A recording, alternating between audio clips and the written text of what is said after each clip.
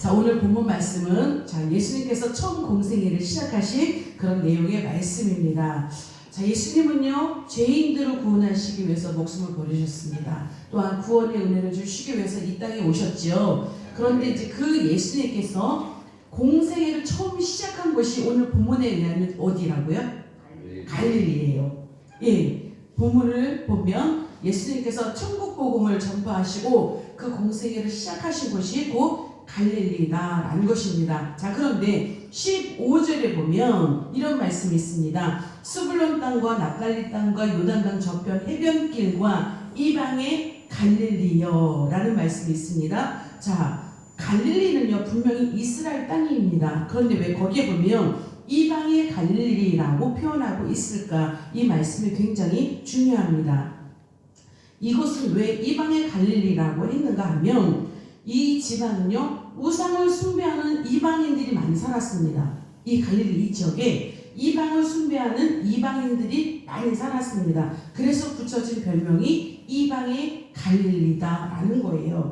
자, 갈릴리 지방은요 해변길 이렇게 말합니다. 또 바닷길 이렇게 말하기도 해요. 자, 그 이유는 뭐냐면 이곳에 큰 무역로가 지나갔습니다. 그러니까 이 무역로를 따라서요 상인들이 굉장히 많이 오고 갔습니다. 이 길을 따라서. 그리고요 그뿐만이 아니라 그 당시에는 지금 로마의 식민지로 있었잖아요. 로마의 큰 군대도 이 길을 따라 다녔다는 거예요. 자, 그러다 보니까 어떤 일이 있었는가? 예루살렘에 비해서 이 갈릴리에는요 이방 사람들이 많이 살았습니다. 이방 사람들이 많이 살았어요. 그러다 보면 당연히 유대인과 이방인과 결혼하는 사람들이 많아요. 그러면 그들의 자녀는 뭐 어떻게 될까죠? 혼혈이라 그러잖아요. 혼혈. 그러니까 혼혈들이 많이 사는 곳이 바로 이 갈릴리였습니까? 그러니까 그런 여러 가지 이유로 인해서 갈릴리가 이방인의 갈릴리여라고 불리게 되었다라는 거예요. 이렇게 혼혈일들이 많이 살면 순수한 혈통이라고 얘기하지 않아요. 그러면 영적으로도 육적으로도 이것은 뭐하죠? 순수하지 않은 이런 모든 것이 혼합된 그런 지역이다라고 볼 수 있는 거예요. 어찌 보면 양다리 인생이라고 볼 수 있겠죠. 자, 이런 것을 우리의 인생으로도 겸해서 볼 수가 있습니다. 우리가 사실 하나님을 섬깁니다 라고 하면서 온전하게 하나님만 바라보지 못하거든요. 때로는 세상적으로도 자꾸 양다리를 걸칠 때가 많아요. 우리가 양다리를 안 걸치는 사람은 아무도 없을 거예요. 저도 때로는 어찌하다 보면 양다리를 걸칠 수밖에 없습니다. 세상과 접해서 살고 있기 때문에 그렇습니다. 그래서 이런 모든 것들을 갈릴리의 이방인이요, 이방의 갈릴리요 라고 하는 것처럼 우리도 어찌 보면 이런 양다리 걸친 인생이라고 볼 수가 있다라는 거예요. 자, 그런데 중요한 것은 사람들은 이방인의 갈릴리요라고 표현했다는 것은 그들을 어떻게 해요? 저 혼혈인 민족 우습게 봤다는 거예요. 죄인 취급했다는 거예요. 그런데 중요한 것은 뭐냐면 예수님께서 공생애를 처음 시작했다는 거 뭐죠? 천국 복음이 가장 먼저 임했다는 거예요. 사람들은 우습게 보고요. 저 죄인 취급하고 사마리아를 우습게 여겼던 것처럼 이쪽 갈릴리도 이방인의 갈릴리요라고 멸시했던 그런 지역이지만 중요한 것은 예수님의 천국 복음이 가장 먼저 임한 곳이 바로 갈릴리였다라는 것입니다. 그래서 오늘 보면 16절에 보면 이사야가 말씀한 것을 인용해서 온 말씀이 있습니다. 흑암에 앉은 백성이 큰 빛을 보았고 사망의 땅과 그늘에 앉은 자들에게 빛이 빛이었도다 라고 이렇게 표현하고 있습니다. 사람들을 멸시했습니다. 그러나 예수님께서 그곳에서 빛이 되어주셔서 사망의 땅과 그늘에 앉은 그들에게 빛이 임하도록 그렇게 말씀해 주셨다라는 것입니다. 혈통적으로는요 이방인들과 혼합되어 있습니다. 그럼 종교적으로는 어떨까요? 정말 여기야말로 양다리 신앙인 거예요. 하나님도 섬기고 우상신도 섬기고 그래서 흑암과 사망과 그늘이 가득한 땅이었다. 그것이 바로 사마리아처럼 그것이 바로 갈릴리였다라는 것입니다. 자, 그러면 이제 우리가 생각하는 게 있었잖아요. 구약 시대에 하나님께서 늘 말씀하시던 것이 그거였어요. 양다리 인생, 양다리 신앙. 이거 뭐예요? 하나님께 진노를 받는 그런 신앙생활이에요. 하나님은 이스라엘 백성들이 양다리 걸치는 신앙을 너무 싫어하셨습니다. 가증하다 여기셨고요. 그들은 비록 하나님도 섬겼고 우상도 섬겼지만 하나님께서 판단을 어떻게 하셨습니까? 너희는 나를 버렸다. 이렇게 말씀하셨잖아요. 항상 그렇게 평가하시고요. 그런 이스라엘 백성들에게 날마다 진노하셨거든요. 그것이 구약에서 일어났던 그런 모습입니다. 그러니까 그런 평가가 늘 있었기 때문에 이스라엘 백성들은 어때요?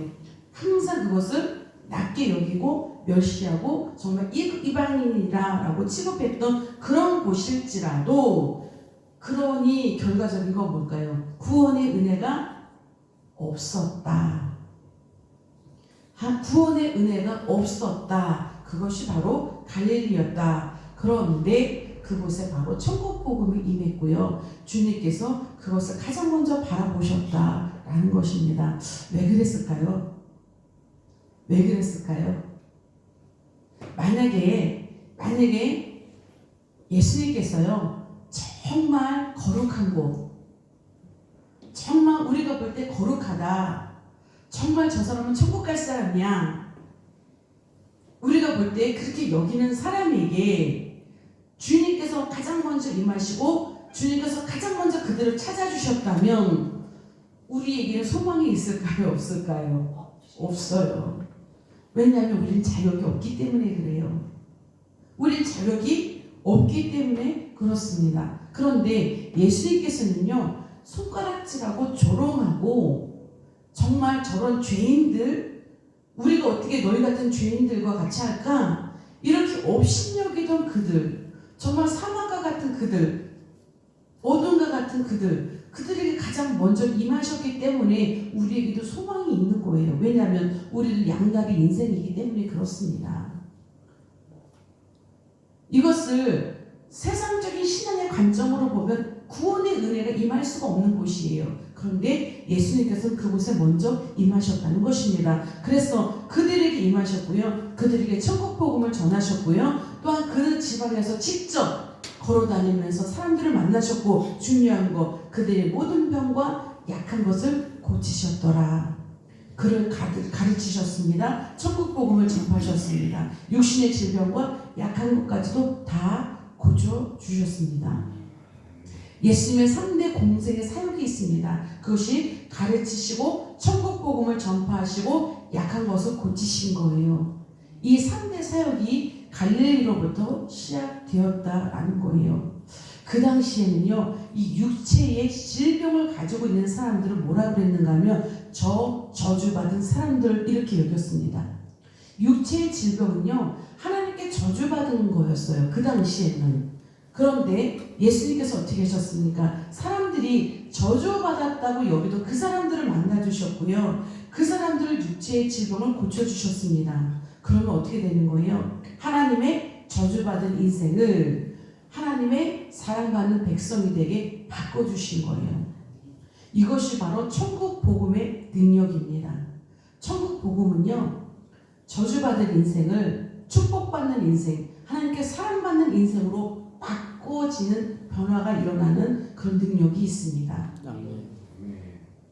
우리가 어떤 인생을 살아왔다 할지라도요, 그거 중요하지 않아요. 우리에게 천국 복음이 임하면 우리의 인생은 달라진다니까요.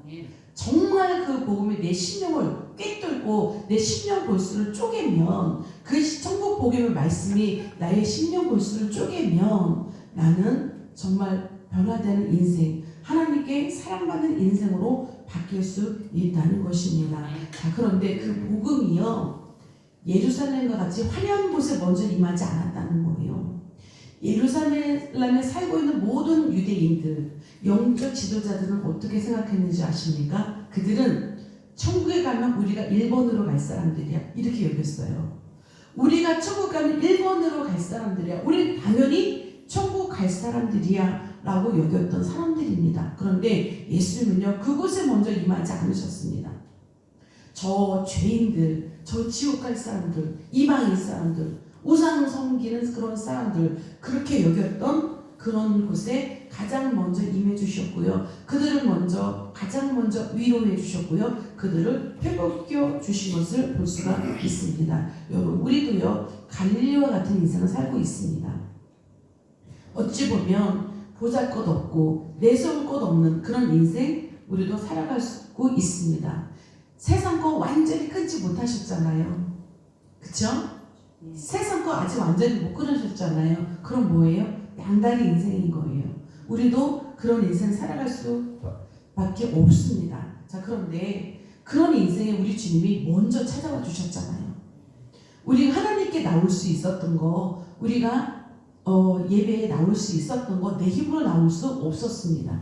누군가를 나를 이끌어 주셨잖아요. 그렇죠? 그런데 누군가를 이끌어 주신 그 손길이 바로 주님께서 누군가를 통해서 이끌어 주신 거예요.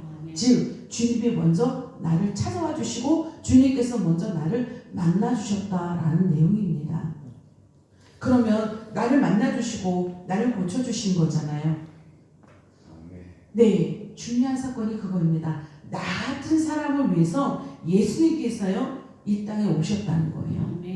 나 같은 사람을 위해서 예수님께서 채찍에 맞으시고요, 조롱을 받으시고요, 십자가에 못 박혀 죽으셨다는 거예요. 내 질병을 고쳐주시기 위해서, 나를 구원하시기 위해서, 나를 고쳐주시기 위해서. 그래서 우리가 이 사순절에는요 이 은혜와 이 말씀과 이 능력, 이 모든 것을 우리가 더 묵상하는 기간인 것입니다. 이사야 53장 5절에 보면 그가 찔림은 우리의 허물 때문이요 그가 상함은 우리의 죄악 때문이라. 그가 징계를 받음으로 우리는 평화를 누리고 그가 채찍에 맞음으로 우리는 나음을 받았도다. 예수님을 향하여 하신 말씀이잖아요. 여러분, 우리가 이 말씀을 믿음으로 받으십시오. 이 말씀을 우리가 믿음으로 받으셔야 됩니다. 그래서 저주받은 갈릴리 백성들에게 천국 복음이 임해서 그들이 축복받는 인생으로 바뀌었잖아요. 그러면 우리가 어떤 인생이라 할지라도요, 어떤 질병 가운데 있을지라도 우리가 이 복음의 말씀을 믿음으로 받으면 우리의 질병 치유될 수 있다는 거예요. 우리의 인생 변화될 수 있다는 거예요. 우리 허물과 죄악 때문에 당연히 우리가 찔림을 받아야 되죠.